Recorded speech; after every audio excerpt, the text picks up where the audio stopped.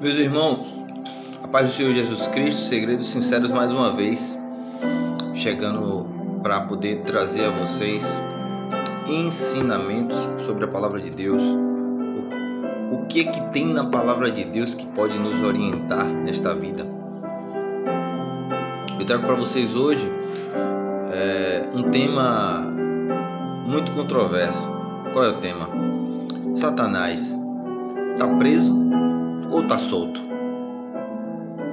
A gente vai buscar no texto para saber se de fato Satanás está preso ou se ele está solto, porque o texto bíblico ele vai dizer tudo. Antes disso, se inscreva no canal, dê um like, ative o sininho para você receber as notificações dos vídeos. Irmãos, certa vez tinha um burro amarrado em uma árvore. Satanás soltou esse burro e esse burro ele foi na casa do vizinho e comeu as flores em que o vizinho cultivava. O dono das flores matou o burro, o dono do burro matou o dono das flores, os filhos do dono das flores matou o dono do burro, e os filhos do dono do burro entraram em guerra com os filhos das flores. Perguntaram para Satanás o que foi que ele tinha feito para causar toda aquela desgraça, e Satanás disse: não fiz nada, só fiz soltar o burro. O que aconteceu desde o princípio foi isso. O mundo hoje em que vivemos está assim por conta do burro que Satanás soltou lá no fundo. Qual foi o burro? Ele simplesmente disse para Eva: Deus disse para você não comer do fruto desta árvore que você vai morrer? Não, certamente você não vai morrer não. Você simplesmente vai ser igual a Deus, e Ele não quer que você seja assim. O Senhor Jesus disse que Satanás é o pai da mentira, que ele mente desde o princípio e ele não fala a verdade, porque ele fala a mentira que ele é próprio. Ele nunca se firmou na verdade. Então, o mundo hoje é uma grande mentira. Porque os nossos pais não têm culpa de ter nos contado mentiras, porque eles aprenderam dos pais, pai dos pais, dos avós, dos bisavós, dos tataravós. E desde que o Brasil é Brasil, a mentira já estava instalada há muito tempo, porque quem pensa que a história de Adão e Eva é uma simples história da carochinha, uma fábula, uma lenda, está enganado, porque as maiores religiões, que são o islamismo, o cristianismo e o judaísmo, o resto são ramificações. Essas três religiões, consideradas religiões abraâmicas, elas consistem no mesmo princípio: Deus criou o céu e a terra. Então, história de Adão e Eva não é a história da carochinha, e é lá em que esse ser se manifesta pela primeira vez, quando o homem cai no capítulo 3, e que Deus decreta um castigo para a serpente, para a mulher e para o homem. A partir daí, o mundo é o que é. Mas Satanás está preso ou está solto? Esse é o tema do vídeo. Bom, partindo do princípio que Satanás é um espírito, ele não pode ser preso literalmente dentro de uma casa, dentro de uma grade, dentro de jaula, amarrado, acorrentado. Ele não pode, porque ele é um espírito. Onde é esta prisão de Satanás? Como aconteceu essa prisão de Satanás? Então a Bíblia ela vem nos dizer como é que Satanás atua. Primeiro, Isaías 59. É claro, é bom deixar claro, irmãos, que Moisés deixou registrado no livro de Deuteronômio, no capítulo 29, versículo 29, que as coisas encobertas são para Deus, o nosso Senhor, mas as coisas reveladas são para nós e para os nossos filhos, para que a gente possa cumprir e colocar em prática tudo que está escrito no livro da lei. Então, tem coisas que nós temos dúvidas, e os maiores homens pensadores, os pais da igreja, eles também tiveram e não conseguiram revelar, porque tem coisas que não é pra gente. Se a gente conseguisse revelar a mente de Deus, nós nos tornaríamos o próprio Deus. Então tem coisa que a gente vai tentar buscar e não vamos conseguir, mas tem coisas que estão reveladas, e a partir do momento que a gente entende os textos sagrados, a gente consegue compreender tudo isso. Então, no livro de Isaías, que foi o primeiro profeta messiânico, que ele anunciou a vinda do Messias 700 anos antes de Jesus, no seu capítulo 59, Isaías diz assim, ó: eis que a mão do Senhor não está escondida para que não possa salvar, nem o seu ouvido agravado para que não possa ouvir. Ou seja, Deus pode tocar em tudo e Deus pode ouvir tudo. Porém, as vossas iniquidades fazem divisão entre vós e o vosso Deus, e os vossos pecados encobrem o seu rosto de vós, para que não vos ouça. Ou seja, o que afasta Deus do ser humano é o pecado. Deus não pode compactuar com o pecado. Se existe uma coisa que é impossível para Deus, é mentir. E compactuar com o pecado seria mentir, porque Ele é santo, Ele é justo, Ele é bom, Ele é perfeito. Então Deus não pode compactuar, Deus não pode ser conivente com o pecado, porque se Ele fosse conivente com o pecado, o próprio Satanás, quando foi afastado da presença de Deus, Deus teria passado a mão sobre a cabeça dele, porque certamente ele teria inventado uma desculpa, uma justificativa. A partir daí, a gente tem a ideia de que Deus não pode compactuar com o pecado. Agora, quem é pecador? A Bíblia diz que todos pecaram e por isso estão destituídos da glória de Deus. Ou seja, cada ser humano que nasce, ele nasce fruto do pecado. Porque todas as nações estavam em Adão. Toda a raça humana estava em Adão. Quando Adão peca, ele começa a passar para as gerações posteriores, depois dele, a herança do pecado. Então, o indício de que todos pecaram é que todos vão morrer. Só houve um que teve que se entregar para morrer, que foi o Senhor Jesus, porque ele não tinha pecado. Da boca do Senhor Jesus nunca saiu uma mentira. Então a pessoa de 5 anos de idade que conta a primeira mentira, ela já deu acesso para o mundo espiritual maligno e Satanás adentrar, porque é através do pecado que Satanás ele construiu o seu império. O império das trevas é construído sobre o alicerce do pecado, sobre o alicerce do pecado. Então cada pessoa que peca é o acesso a Satanás. A partir daí, então, Satanás ele pode desenvolver o trabalhar dele na vida de cada um, sendo que de forma sutil. Por quê? Porque o que foi que ele falou para Eva? Deus disse? Não, é mentira de Deus. Você pode viver sua vida do jeito que você quiser, você pode crer no que você quiser, você pode cultuar o que você quiser. Você não é pecador não, você faz boas obras, você é uma pessoa boa. Você dá comida aos pobres, você dá um dinheiro de vez em quando na igreja, você dá um dinheiro no seu centro que você frequenta, você é uma pessoa que ajuda seus familiares, então você é boa, você não precisa de Deus, você não precisa buscar a Deus. Então ele inventa as mentiras dele, e desde quando a gente vai construindo o nosso entendimento, a nossa formação de personalidade, nós acabamos formando a nossa personalidade fundamentada de que Deus é bom, Deus é amor e eu sou uma pessoa boa. Agora, quando a gente se coloca em comparação com Jesus, que foi o homem perfeito, será que você é tão bom assim?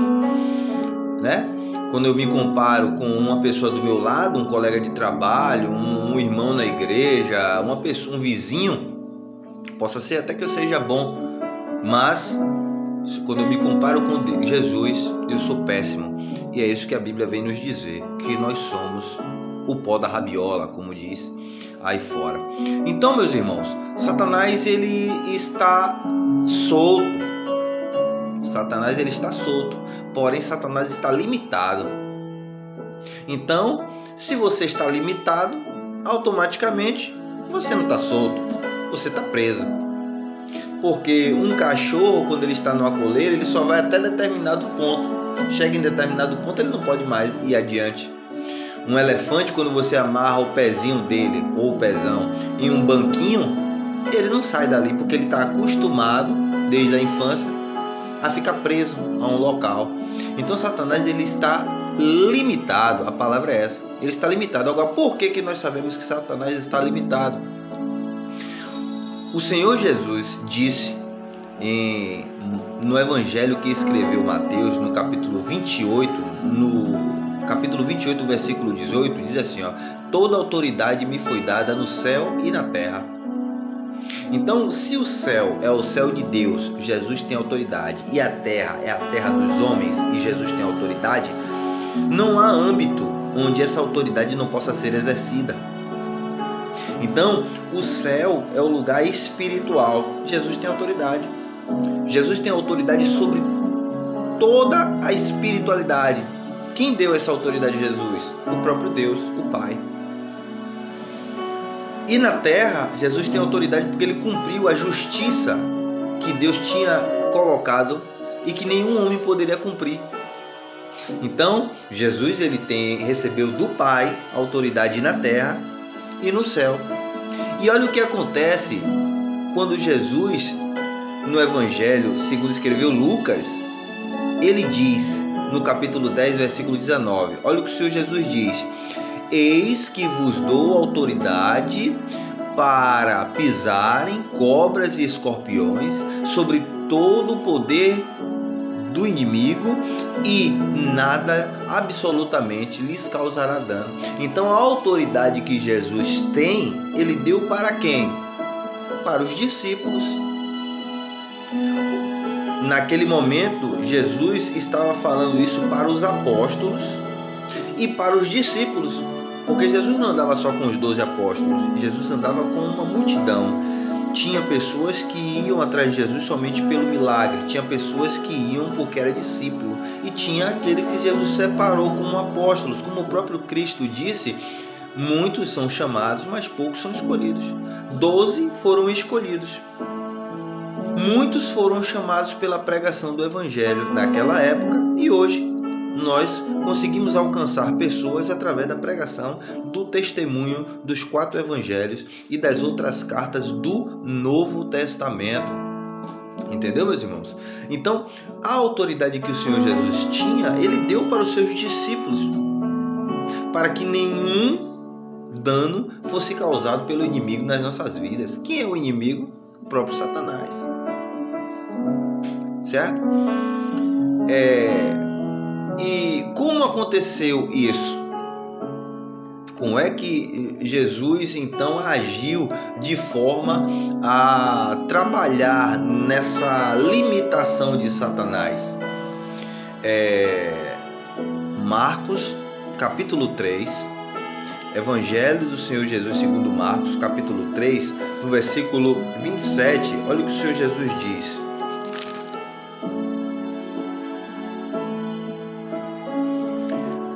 Ninguém pode roubar os bens do valente, entrando-lhe em sua casa, se primeiro não maniatar o valente, e então roubará sua casa. O contexto dessa passagem é quando Jesus está expulsando um demônio, e os religiosos da época conhecido como fariseus, eles estavam alegando que Jesus estava expulsando o demônio, o espírito maligno, o espírito imundo, pelo dedo de Satanás, por ordem de Satanás. E Jesus então diz: como é que pode Satanás expulsar Satanás? Um reino dividido não subsiste. Então o Senhor Jesus diz que há um reino, e esse reino ele existe e não pode ser dividido, porque senão ele não pode existir. Então Jesus estava expulsando o espírito imundo, o demônio, o espírito maligno, através do poder do Espírito Santo, ao qual veio sobre ele no dia do batismo no Rio Jordão, que desceu sobre o Senhor Jesus como uma pomba. Então o Senhor Jesus diz que ninguém pode roubar os bens do valente. Quem é o valente? Nesse momento aqui, Jesus está se referindo a Satanás. O valente é Satanás. A casa de Satanás, a qual o Senhor Jesus se refere nesse contexto, é o mundo. Satanás tinha corrompido o mundo e a casa era dele. Por conta do pecado, ele tomou o poder e a autoridade sobre o mundo. impondo a todas as pessoas que vieram depois de Adão o pecado. E ele dominou tudo, até que veio Jesus. Ninguém pode roubar os bens do valente. Qual eram os bens? As nossas vidas. As nossas vidas é o bem ao qual o valente tinha sob domínio. O valente é Satanás, os bens do valente eram as nossas vidas. Se primeiro não amarrar o valente, ninguém pode roubar os bens do valente entrando-lhe em sua casa, se primeiro não maniatar o valente. Então Jesus, quando ele vem, ele amarra Satanás. Como? Dando limite. A partir de agora você não pode mais agir.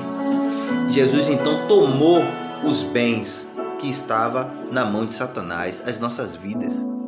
O Senhor Jesus, ele veio ao mundo e tomou da mão de Satanás, tirou dele todo o poder sobre o ser humano. Satanás é limitado, ele só age através do pecado. Onde tem pecado, Satanás está agindo. Mas todo mundo não é pecador, como é que Satanás está limitado? Bom, vamos abrir a Bíblia na carta de Paulo aos Colossenses. Carta de Paulo aos Colossenses, no capítulo 2, no versículo 14 e 15. Olha o que diz o apóstolo Paulo. Havendo riscado a cédula que era contra nós nas suas ordenanças, a qual de alguma maneira nos era contrária, e a tirou do meio de nós, cravando-a na cruz. Nós tínhamos uma dívida.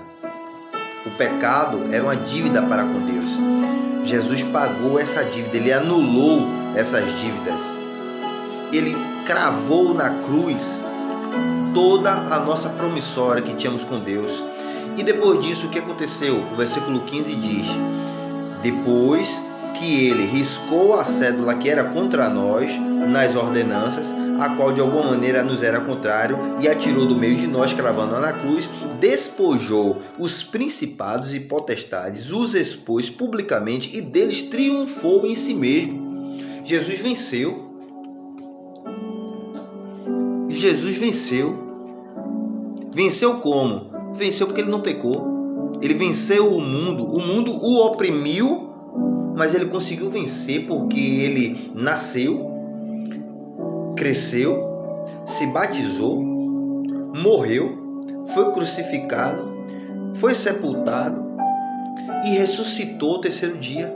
Então ele tirou do meio de nós, ele cumpriu a justiça que um homem deveria cumprir, para que Deus olhasse para nós e através de Cristo pudesse nos dar a liberdade de viver sem a opressão do maligno.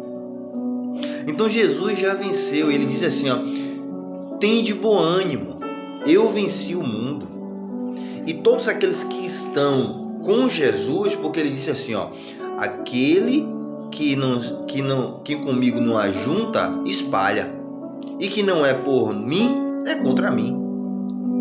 Mas quando nós ainda estamos em trevas, com o véu sobre o rosto, cegos pela morte espiritual, nós não conseguimos enxergar isso. Mas o Evangelho está chegando em você até agora, para que Deus tire dos seus olhos a venda e tire o comichão dos ouvidos, o tampão dos ouvidos, e faça você entender que o Evangelho é o poder de Deus para a salvação de todo aquele que crê. Amém? Então, Jesus, ele venceu porque ele não pecou, ele não pôde fazer com que Satanás fosse sobre ele, porque Satanás age através do pecado. Na primeira carta de João, no capítulo 13, o versículo 8, diz assim, que quem comete pecado é do diabo, porque o diabo peca desde o princípio. É por isso que Satanás ele domina. Para isso, o Filho de Deus se manifestou, para desfazer as obras do diabo. Então Satanás ele não pode mais com a vida do crente. Porque o Senhor Jesus, no capítulo 16 do Evangelho segundo escreveu Marcos, disse assim: por isso te digo que tu és Pedro, e sobre esta rocha Eu edificarei a minha igreja, e as portas do inferno não prevalecerão sobre ela. E te darei as chaves do reino, e tudo que ligares na terra será ligado no céu, e tudo que desligares na terra será desligado no céu. O Senhor Jesus deu à igreja, que é o seu corpo. Cristo é o cabeça ao qual a igreja é o corpo. Então o Senhor Jesus, ele deu à igreja o poder espiritual para fazer e desfazer algo aqui na terra que será no céu. Ou seja, quando eu faço algo na terra, eu faço no céu. Quando eu desfaço algo na terra, eu desfaço no céu. E agora há pouco tempo um irmão mandou um vídeo para mim, onde uma mulher de uma seita, não sei que matriz, ela colocou 2 bonequinhos amarrados, colocou dentro de um caixão de madeira e pegou esse caixão e colocou dentro da terra, em um cemitério, dando ordem espiritual para que aquele casamento fosse destruído, para que aquele casamento fosse desfeito. E de fato o mundo espiritual vai trabalhar em função disso, para que aquilo haja, para que aquilo aconteça. Porque o espírito maligno é um anjo que foi feito, criado por Deus para cumprir ordens. Hoje eles não cumprem mais a ordem de Deus, porque eles pecaram contra Deus, estão afastados da presença, então eles são obedientes às ordens que Satanás deu a ele. É destruir e destruir e destruir, porque eles não têm mais como voltar para Deus, então a função deles agora é destruir, não tem mais jeito para nós, seremos condenados no dia do juízo.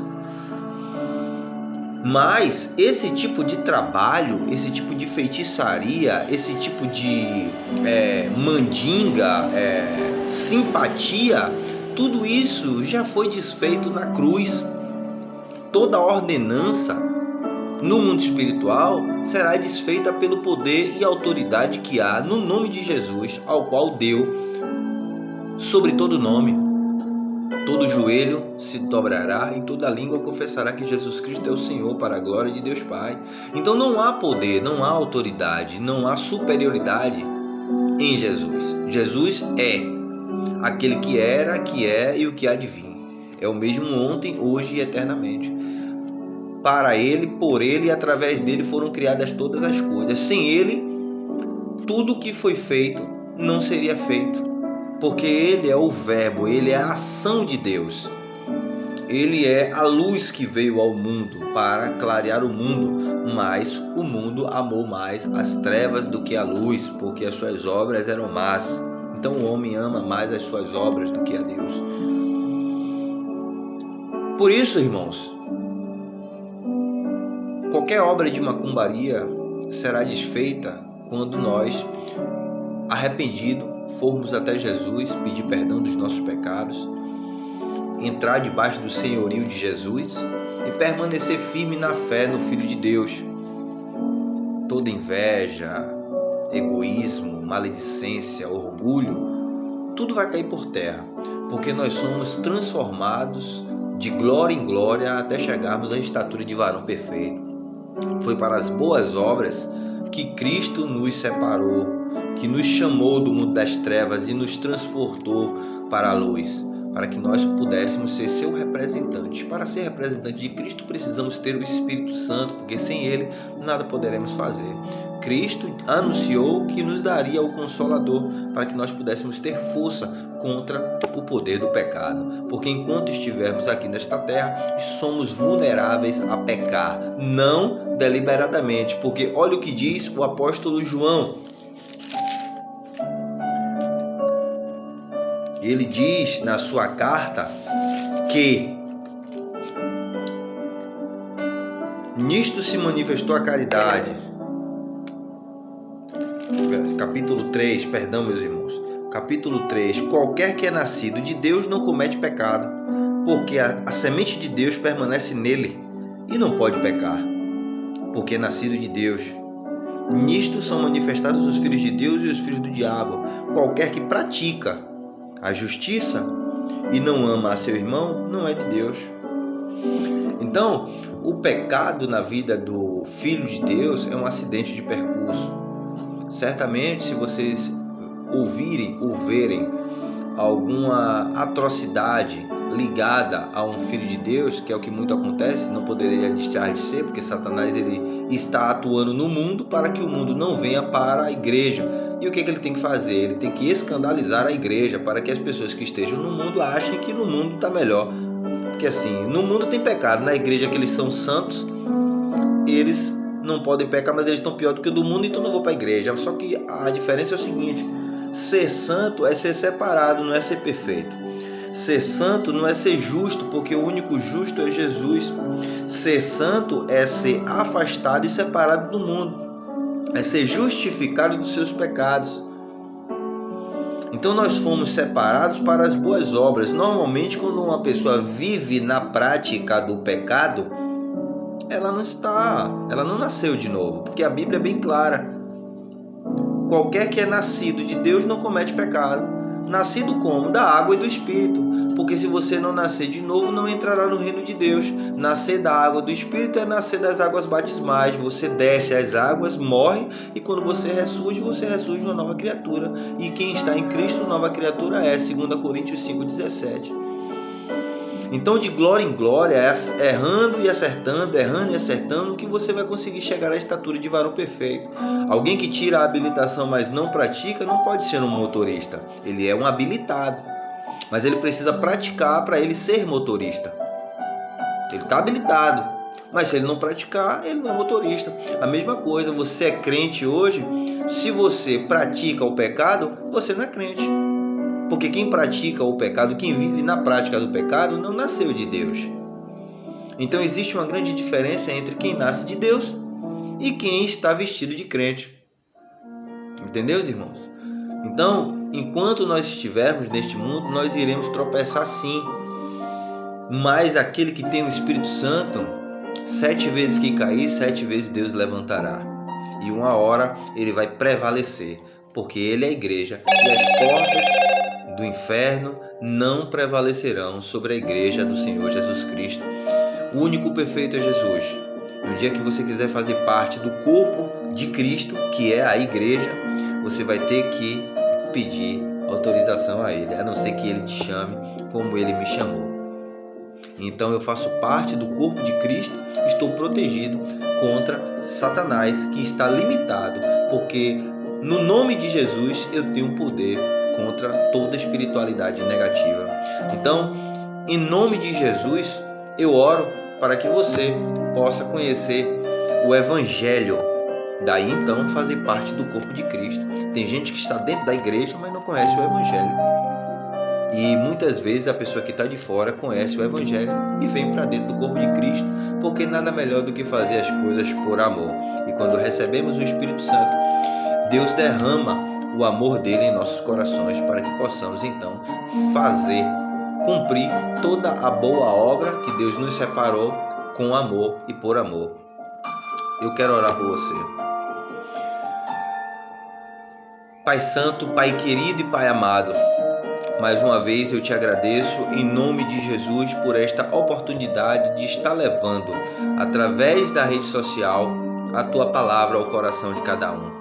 Confirma, Senhor, a tua palavra dentro das tuas escrituras, e que cada um que neste momento está ouvindo essa oração e esse direcionamento possa entender que o Senhor Jesus Cristo é o único caminho que faz com que a gente chegue a Ti.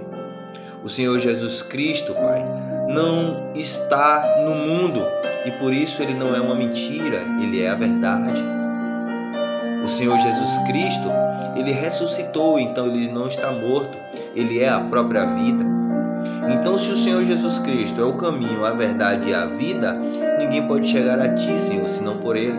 Que o Senhor possa, neste momento, através desta oração e das palavras que foram lançadas, chegar ao coração de cada um. E que Teu amor, Senhor, possa fazer com que as pessoas possam expressar a sua gratidão pregando o Evangelho a toda criatura. Porque todo aquele que crê será salvo. E todo aquele que invocar o nome do Senhor será salvo. Então que o Teu Evangelho possa agora, Senhor, agir como um martelo que quebra a pedra e possa desmiuçar, possa estraçalhar o coração e invadir, para que as Tuas palavras possam levar vida a todos aqueles que estão ouvindo. Porque o Senhor Jesus Cristo disse que as palavras que Ele diz é verdade e vida. E essas palavras é que vivificam o nosso espírito.